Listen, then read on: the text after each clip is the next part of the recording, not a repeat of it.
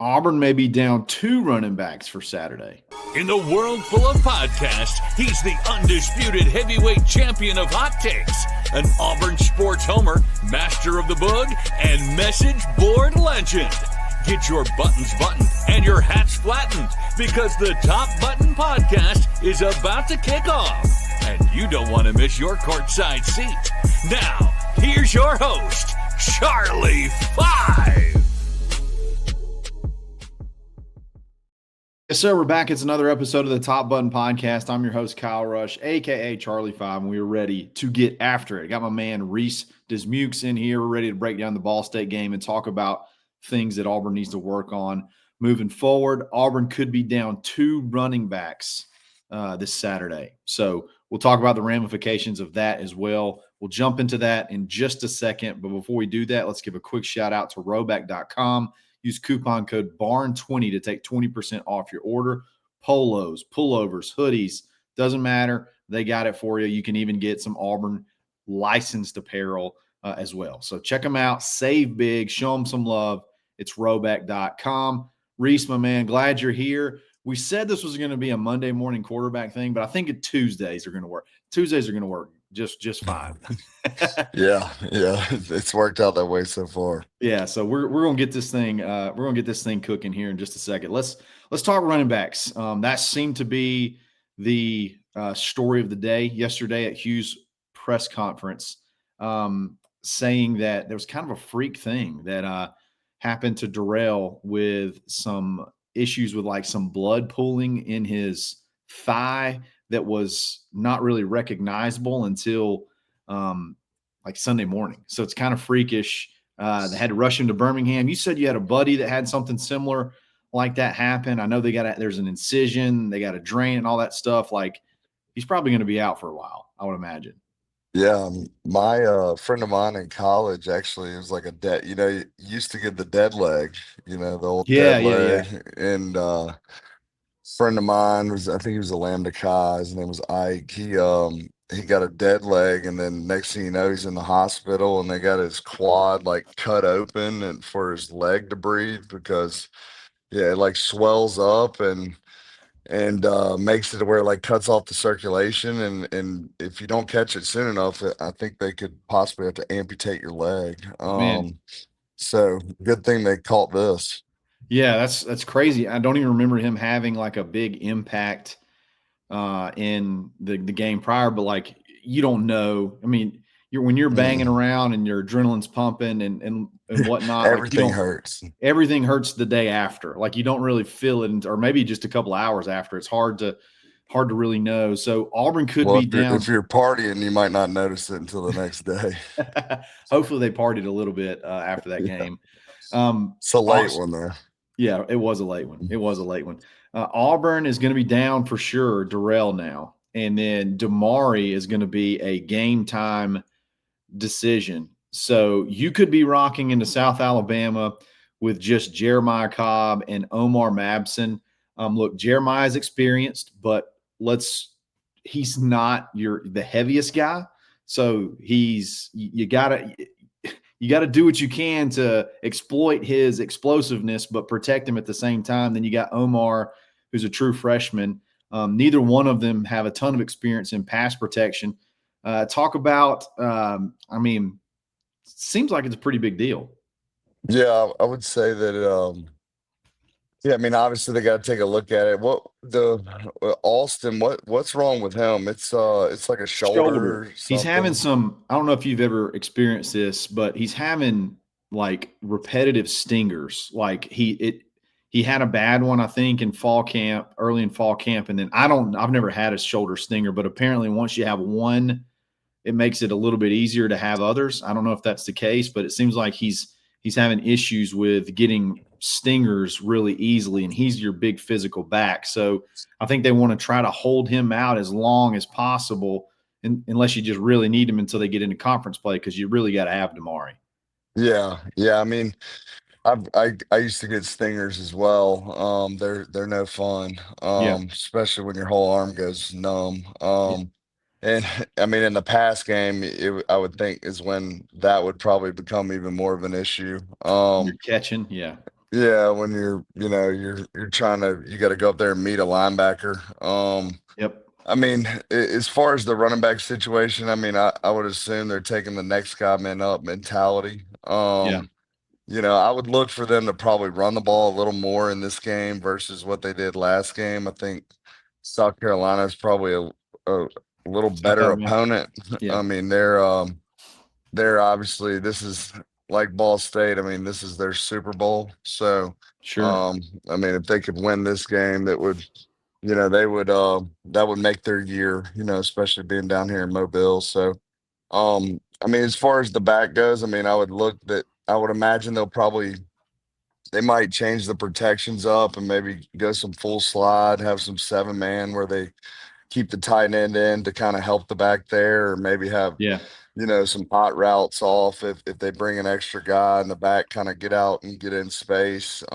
Just really kind of depends on what they're doing defensively, but I would imagine that they'll probably look to see what the most favorable protections are with both of those guys and what they do best. That's one thing, man. I know running back in general, those guys come in, and if they're good enough, running the ball is really not the big issue. Like Yeah. typically that can translate. It's the whole like being a student of the game and learning all the aspects of it. And pass blocking at a running back is very important, especially when you get in those third and obvious passing downs when you like you said earlier, you may only have like a 5 or 6 6-man protection, and he's got to be able to pick up those blitzers. How long do Yeah. you typically see? Does it take a guy? I mean, I'm thinking about Omar. Omar's a true freshman, not only a true freshman, but a reclassified true freshman. I'm thinking about Omar. Like, What does that mean? so he's supposed to be a senior in high school this year. He Okay. reclassified, so he got in here early. Um, You a want to guy get to the like, money. yeah, let me get paid as fast as I can. Yeah. How long does it take for a guy like that, you think, to like really, I guess, get up to speed as far as Well, pass I mean, blocking is concerned? It's probably person to person. I would think it's a physicality thing, right? I mean, Yeah, these guys, I mean, I'm not sure how big he is or whatnot, but you got to be willing to, sit in there and put your face on a linebacker that's yeah, a grown man. I mean, good yeah, thing it's South Alabama. I mean, I'm sure they got some great linebackers, but I would imagine that they will try to exploit that yeah, if we do get in that position. But I mean, I think they get better over time with that because they get stronger and they get more confident in doing it. I mean, a lot of it has to do with, confidence. I mean, bite down on your mouthpiece and step up in the hole and yeah, take one on the chin. I mean, a lot of the times it's not a pretty block, but it's just one thing. It's why running backs don't last that long. I mean, it's just one of those yeah, things they got to do that's not very they're getting banged and beat, and then you got to sit in there and take on a linebacker. So yeah. that can be a tough job. Who are some really good pass blocking running backs that you played with, or was there just not any? Yeah, I mean Jonathan Stewart, with the Carolina Panthers. I Oh mean yeah, he was a great pass blocker. Tolbert was another good pass blocker. I mean he was kind of like a fullback, he was a but load. yeah, I mean, Jay Prosh was a good, I mean, he was a 3 back. I mean, Trey Mason could block, Cameron Artis Payne. I mean, all those guys, Michael Dyer. I mean, he took pride in blocking. Really? I mean, it's kind of one of those things that, running backs that are good at it, they typically, Corey Grant, he was a good, I mean, he's a damn ox.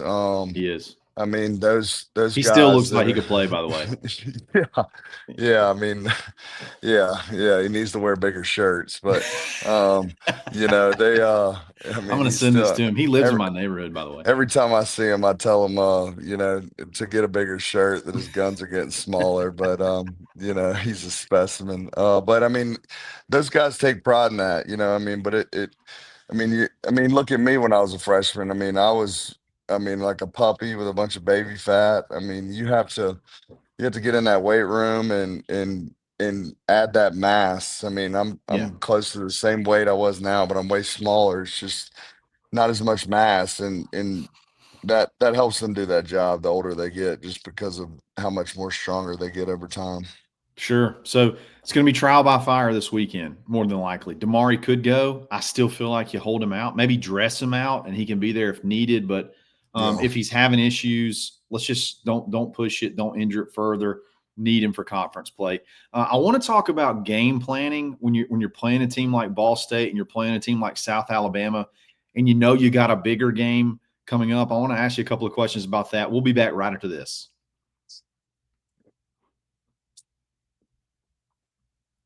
So, Reese, it was pretty clear to me, and you can correct me if you think I'm wrong, but it's pretty clear to me that Auburn and Hugh, they were consciously trying to put at least Jackson and maybe even the offensive line in some stressful situations. Like it looked like they were really trying to accentuate or work on the things that maybe they aren't great at, whether it be 5 or 6 man protections or just that straight drop back pass with no real run actions. There was a lot of that, more so than what you saw against Baylor, true RPO and run action in the pass game. So I'm just curious, when you guys play teams that, if let's just call it what it is, Ball State's not a good football team. They don't have the talent. It's a very tough situation. Whoever takes over that job, that's just a really tough place to win and get people to come want to play football there. So when you have a game like that, yes, I understand the cliches. You got to take every game serious. I get all that, but surely there's some sort of like you have some sort of awareness when you go into this game that we're better than them. So let's not just work on the things we know we're good at. Let's work on some other things. Is that a thing, or am I just way off here? Well, I think that definitely. I think as far as what they did Saturday, I think they went into that game saying, "Hey, we're gonna throw the football." Yeah.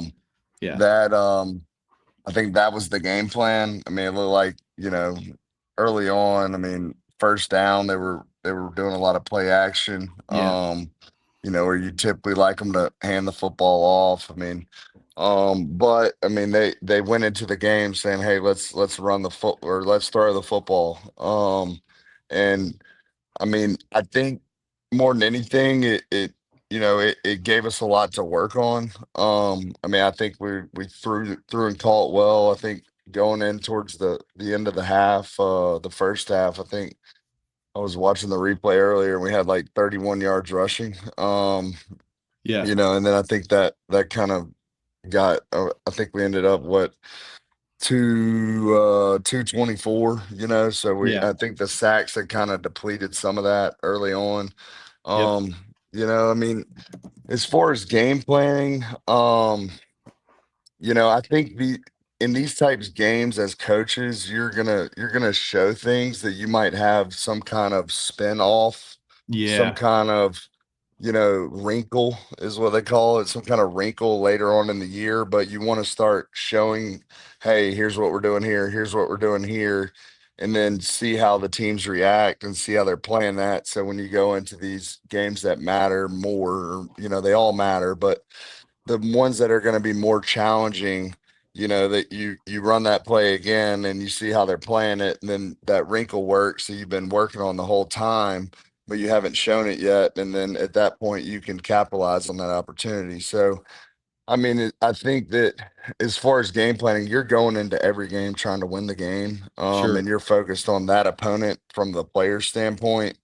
But the coaches, and I have you don't really realize it when you're there, but the whole time they're planning for something else, I would say. But Yeah. then again, they're focused on winning that game as well, Sure. But yeah, I think, as far as the Ball State game plan, it was, hey, we're gonna throw the ball no matter what. And I think the offensively, I mean, I think they did a good job at that. I mean, I think it exposed a little bit of our offensive line in some ways. I mean, we got beat off the edge one time early on. I think it exposed our twist. I think we need to work on the twist game some. Um, and you know, Jackson Arnold's got to get rid of the ball.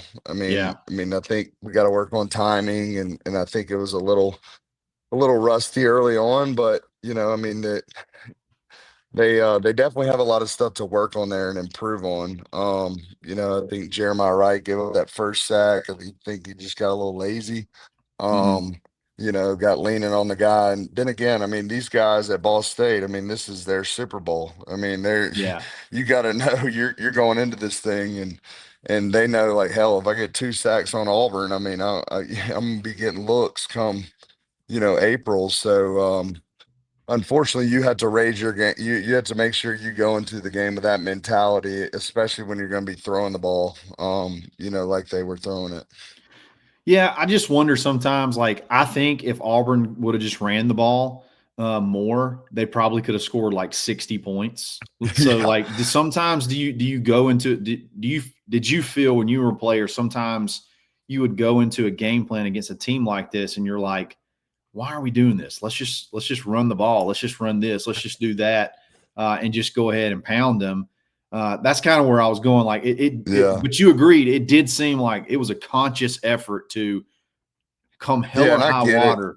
I get it. I mean, I get it. Yeah, I was, yelling at the TV, like, run the damn ball, I mean, thank exactly. God on that 2nd and 2 or whatnot.